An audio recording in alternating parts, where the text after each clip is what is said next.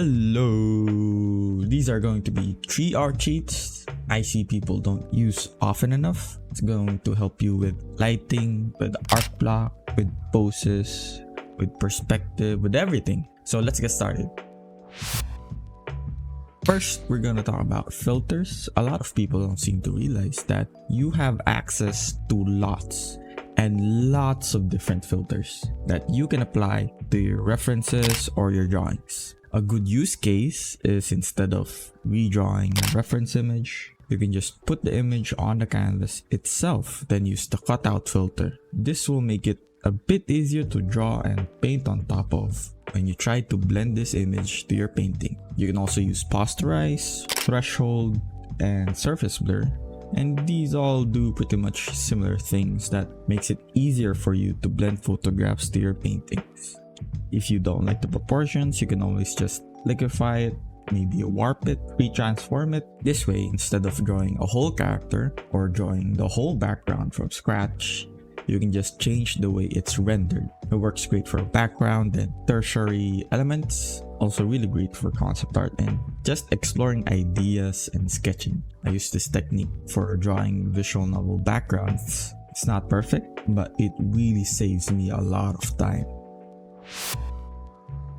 Next up are adjustment layers. This one is actually mind-blowing when I first learned it. This is the type of tip that makes bitter traditional artists so angry at digital art and call it cheating. So when you're doing your painting and you quickly want to add some dramatic lighting, you can use a brightness and contrast adjustment layer found here on the adjustment layers panel. Then put that inside the group. We'll make use of that later. Then go back to your brightness contrast layer so you can adjust how bright you want your light source to be. You can either make your whole painting darker or lighter, but the trick is you use the mask to show where the light is coming from. Here I selected the group or the folder icon, then added a mask on top of that. Make sure you're editing the group mask, not the actual adjustment layers mask. Now you can paint over the light areas or the shadow areas. Basically add the lighting. That's fine and all, but what if I told you we can make it even better, even juicier? Hold on to your brushes. We're about to crank the juice meter to 11. Using color balance, you can tint the lighting however you want.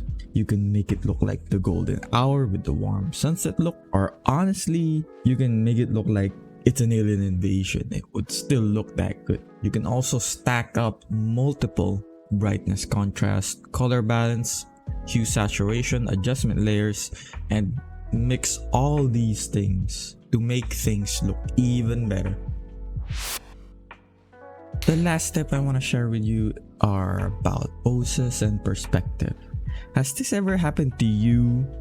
You're looking for a really specific angle on a really specific pose, but no reference images come up. When you search for it, say, what if I wanted to have a SWAT person doing a breakdance from a worm's eye view, or maybe a zombie getting kicked in the nuts on 3/4 view? Well, let me introduce you to Mixamo.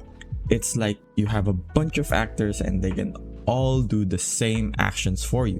Thankfully, we both have a SWAT actor and a zombie actor. We can make the zombie get kicked in the nuts, change the view angle, and yeah, that's right, that's what you get, you big dumb stinky zombie.